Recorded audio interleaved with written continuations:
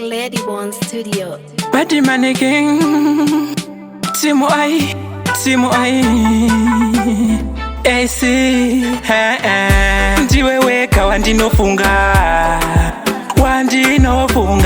ndiwe weka wandinofunga, ndikatokushaya ndeta chiondo mpfungwa, ndiwe weka wandinofunga,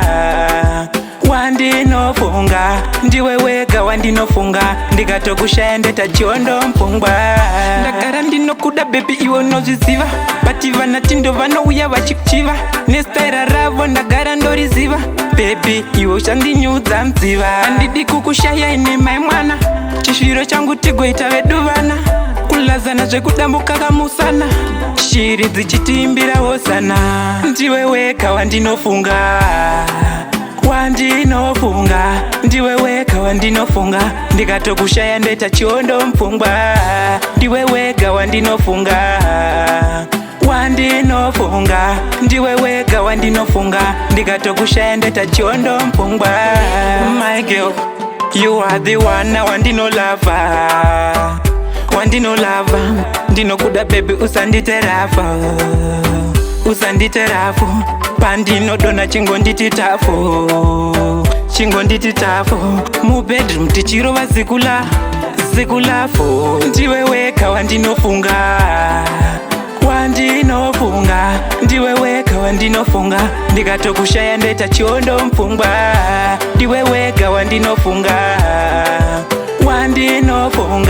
ndiwe wega wandinofunga, ndikatokushaya ndeta chiondo mpfungwa.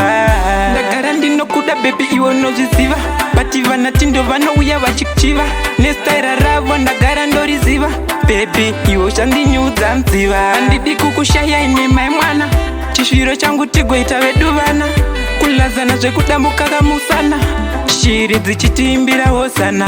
Ndiwe wega wandinofunga, ndiwe wega wandinofunga, ndikatokushaya ndeta chiondo mpfungwa, ndiwe wega wandinofunga, ndiwe wega wandinofunga, ndikatokushaya ndeta chiondo mpfungwa. My girl, you are the one wandinolava, ndinokuda baby usanditerafa, pandinodona chingonditi tafo, mubedroom tichirova zikulafo. Ndiwe wega wandinofunga, ndiwe wega wandinofunga, ndikatokushaya ndeta chiondo mpfungwa, ndiwe wega wandinofunga, ndiwe wega wandinofunga, ndikatokushaya ndeta chiondo mpfungwa.